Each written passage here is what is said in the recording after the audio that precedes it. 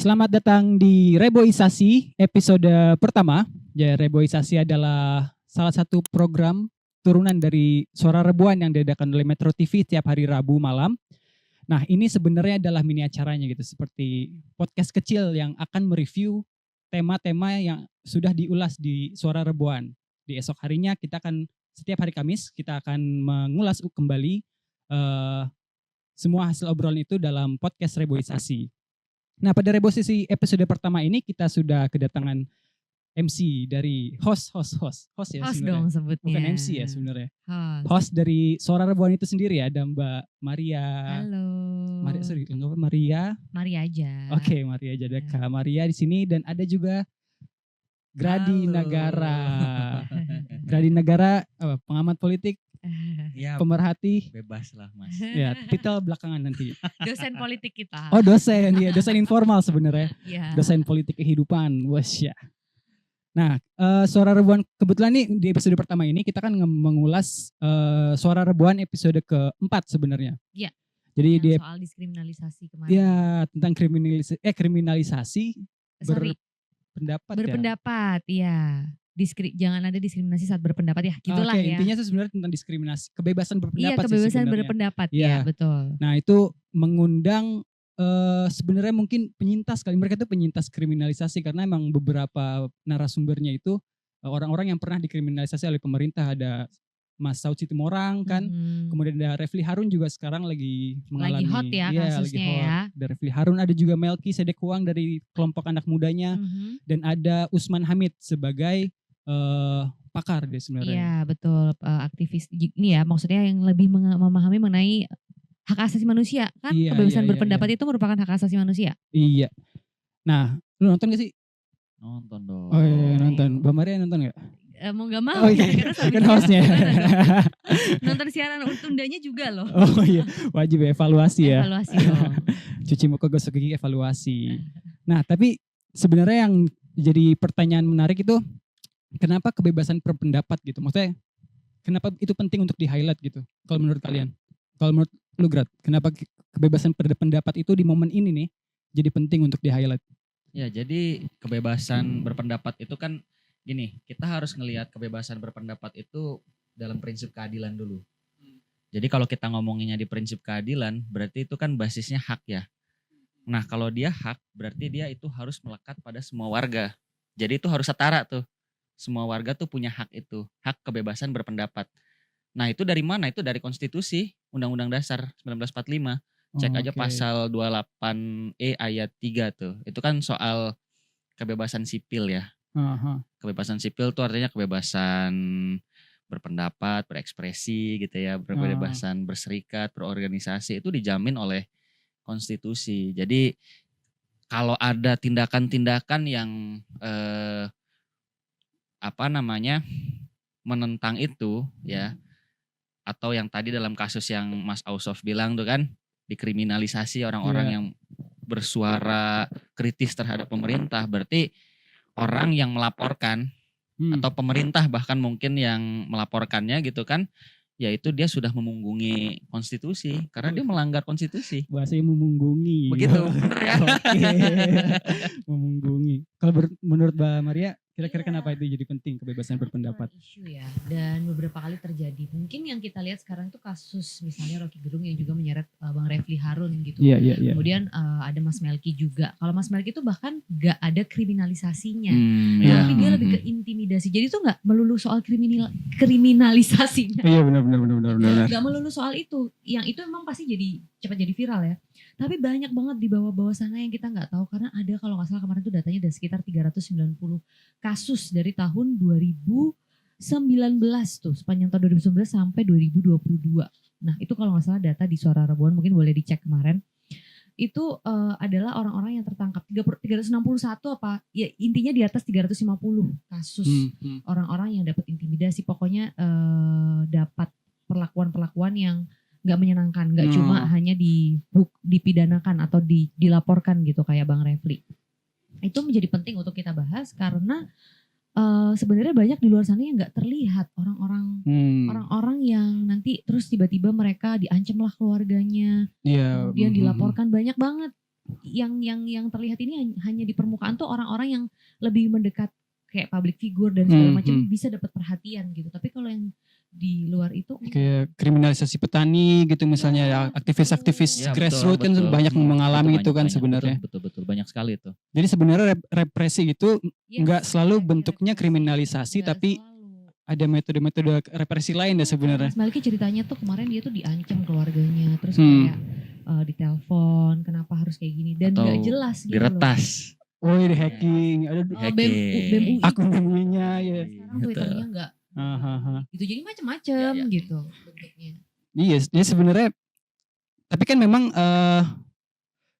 opini di masyarakat ya. Kan memang banyak yang bilang kalau kritik itu ada apa ya, ada normanya gitu. Ada kritik tuh harus sopan santun gitu, ada kritik. Jadi memang agak sulit membedakan mana hinaan, mana ujaran kebencian karena kan saat menyuarakan pendapat gitu kan selalu delik-delik yang dikenakan untuk orang-orang yang mengkritik itu kan biasa kan tentang ujaran kebencian gitu, tentang itu sebenarnya kalau menurut lu Gret gimana kelindannya gitu sih? Sebenarnya gini, jadi kritik tuh kan gini ya, kenapa ada kritik ya? Jadi pemerintah itu kan punya kuasa anggaran ya, punya kuasa untuk membuat kebijakan. Jadi satu langkah yang dilakukan pemerintah itu kan dia punya dampak besar ya buat semua masyarakat. Nah kalau dampaknya itu terasa buruk, itu kan berarti akan dirasakan oleh masyarakat sendiri ya sebagai warga. Nah warga itu kan gak punya apa-apa. Dia mau dia tidak punya kuasa apapun gitu. Dia tidak punya kuasa untuk mengakses sumber daya negara gitu kan. Tidak punya kuasa untuk akses kebijakan. Yang dia bisa lakukan ya dia menerima itu atau dia merasa tidak puas. Nah cara mengekspresikan rasa tidak puas itu lewat mana ya kritik. Makanya sebenarnya gini, kritik dan sopan santun itu sebetulnya dua hal yang berbeda gitu loh. Jadi kalau yang namanya kritik itu biasanya tuh pasti keras. Itu udah netternya itu udah di seluruh dunia, itu global. Di mana-mana begitu. Cek aja bahkan di Eropa, di Amerika Serikat itu sama sebenarnya. Kritik tuh begitu modelnya. Jadi agak aneh ketika minta kritik tapi harus sopan santun. Karena apa? Karena dia yang merasakan ketidakadilan atas kebijakan, dia tidak punya akses terhadap kekuasaan negara, ya kan? Dan oleh karena itu dia punya kesempatan, diberikan hak untuk kritik sekeras apapun. Jadi negara tuh harus terima itu gitu. Gitu sih sebenarnya. Itu kalau dari perspektif seorang jurnalis gitu. Formal banget ya kalau kalau gue tuh kemarin malah sempet nih kayak pas dengerin beberapa potongan wawancara dari Bang Rocky Gerung ya soal kalau misalnya masih berhubungan sama Bang Refli yang kemarin juga jadi narasumber di Suara Rebuan gitu kan. Bang Rocky tuh kan selalu bolak-balik bilang kayak memang pantas saya tuh tidak mengkritik personal ya, tapi itu sebenarnya kebijakannya karena dia sebagai presiden begitu loh.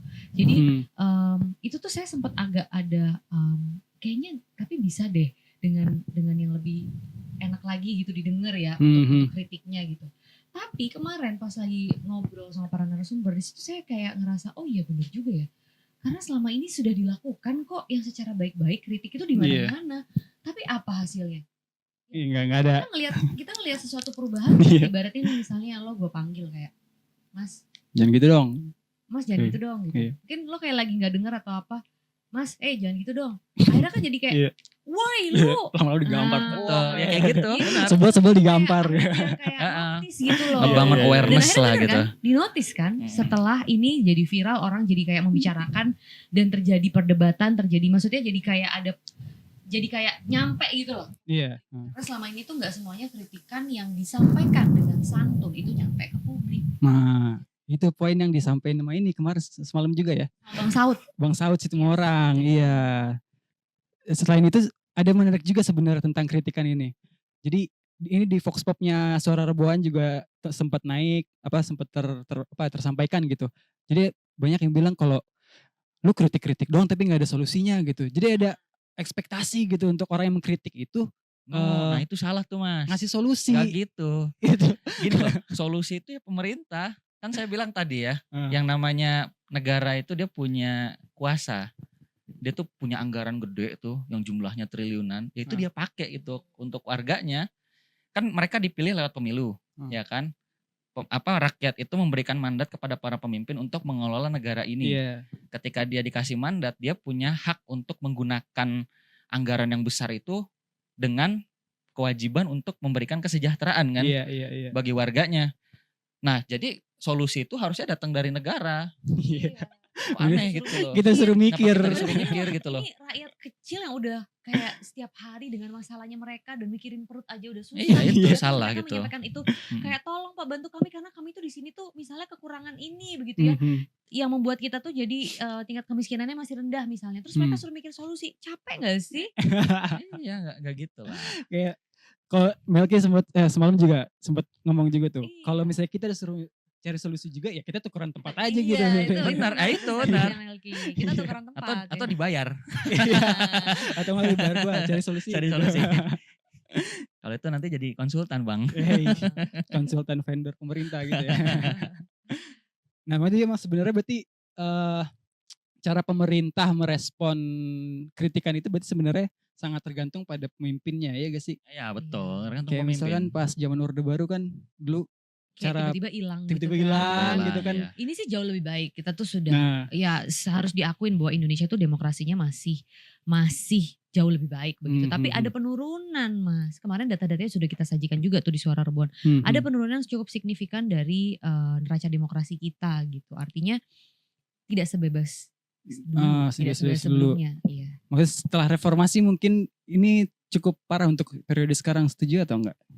Bisa dibilang gitu. Ya, Oke. karena memang ada datanya. Kita ngomong based on data aja kan. Kalau Iya, saya iya, jurnalis ya kan based on facts. Data driven journalism. Menurut lagi gimana? Wah, setuju lah. Jadi memang benar itu datanya banyak ya. Artinya misalnya data indeks demokrasi ya, misalnya ya. Itu kan ada beberapa negara-negara global misalnya Freedom House, misalnya ada juga Economist, itu kan menunjukkan penurunan. Itu Indeks clear jelas. Demokrasi kita Indeks ya. demokrasi.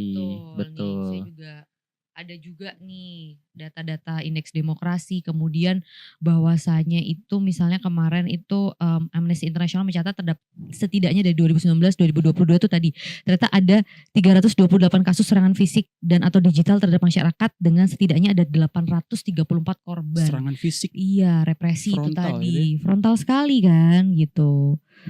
Makanya sebenarnya memang memilih pemimpin itu Ya, betul. apaan ya betul orang kebun ngomong. Ya betul aja loh. Dia kok nyari bridging Udah ini. kelihatan tendensinya ya. Semalam juga tuh Bang Satu udah mulai frontal tuh. Iya sih. Itu agak-agak aduh mengerikan nih Bang Satu udah mention nama Anies Baswedan gitu-gitu.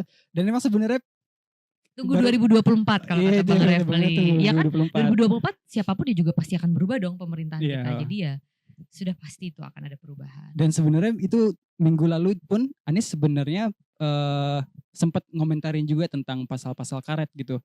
Tentang undang-undang ITE, terus misalnya ujaran kebencian itu kan sebenarnya pasal-pasal karet Ya, yang seringkali dikenain gitu ke orang-orang yang berpendapat dan tidak sesuai dengan kemauan pemerintah gitu misalkan. Nah dia bilang kalau literal dia bilangnya saya merasa tidak perlu ada aturan-aturan yang melarang kritik gitu. Bahkan pasal-pasal karet itu harusnya direvisi karena itu sudah merepotkan gitu. Nah kalau menurut lu Grat, ini tapi Mbak Maria gimana? Kalau saya untuk komentar capres tuh saya netral aja Gitu ya. sebagai jurnalis. Tapi saya mendengarkan, Oke, menampung, silakan. Oke. Nah kalau menurut lu gimana Grat? Sebenarnya Anies ini dalam menanggapi kritik atau sebenarnya kritik ini dalam kepemimpinan Anies ini yang udah nih yang lu perhatiin itu kayak gimana? Ya kalau gue lihat ya gini. Kan kalau kita misalnya bandingkan dengan 3 kandidat lainnya ya, yang gue amati aja sih sebenarnya gitu ya. Itu memang yang udah punya komentar soal masalah kebebasan berpendapat ini kan Anies Baswedan ya, Mas Anies. Dan saya kira yang disampaikan Mas Anies nih menarik gitu karena dia bilang itu kalau pasal-pasal karet itu kita revisi aja gitu loh. Itu kan menarik ya, itu kan berarti ada pernyataan revisi aja gitu loh. Itu bisa jadi pernyataan komitmen juga. Bisa jadi pernyataan komitmen dan menurut saya sih mungkin gini ya, cara ngelihatnya tuh oke, Mas Anies atau siapapun gitu ya kan kita belum tahu siapa yang akan menjabat di 2024 gitu kan. Tapi kita bisa lihat track record sebenarnya. Anies Baswedan itu semasa kepemimpinannya di Jakarta itu saya kira itu adalah pemimpin yang punya komitmen kuat terhadap demokrasi ya. Misalnya gini, kita bisa cek indeks demokrasi Indonesia itu Jakarta itu yang tertinggi. Oh ini beneran ada Beneran ada grafiknya. datanya, cek aja, cek. Kalau nggak percaya Bukan cek. klaim-klaim sepihak. Nggak boleh sepihak. Cek, benar Oke. itu benar.